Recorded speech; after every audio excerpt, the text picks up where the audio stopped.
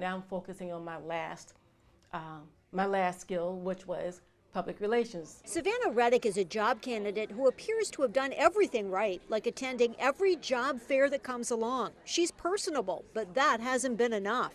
I just had no luck. So then I basically turned to the website. I've been combing the websites, every day, and it's almost like looking for a needle in a haystack because there are hundreds of websites. So the big question, do employers really know what she can do? The resume to the job that you're applying for. We asked Savannah to have her resume critiqued by Berta Ganaway, an instructor at the University of Phoenix. Your master's degree is in communication, so you certainly can expand that to other things. Right off the bat, she says the resume may be too specific, that Savannah has skills and life experience she needs to put down on paper. What did you do in the Navy as a petty officer? This is part of this. My last position networking. was I was supervising network control center. Okay. Ganaway says a resume should be an honest assessment of your abilities and experience. You could possibly highlight.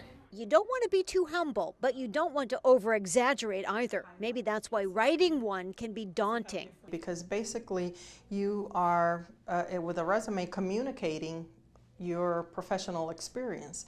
And so it becomes a little scary because you are going to be judged on that. You're going to be hired or not hired.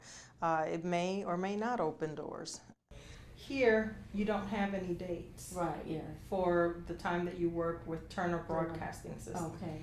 Let's face it, a resume is basically someone sizing you up when you don't have the advantage of being in the room. I don't want to limit myself, but I know you can't be so wide that you're all over the place.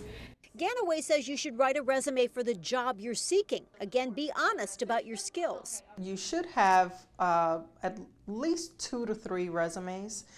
One would be your basic resume that has the generic information of just about everything that you've done and experiences that you have.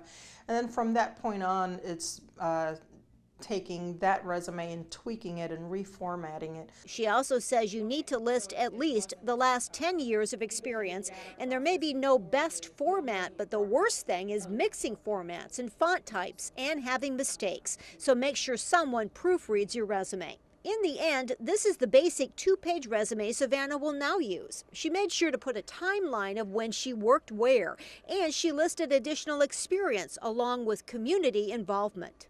And I know that a resume can be subjective, but she really brought some good points to me. I had an employee make a comment about the resume prior, saying that it was a bit too specific.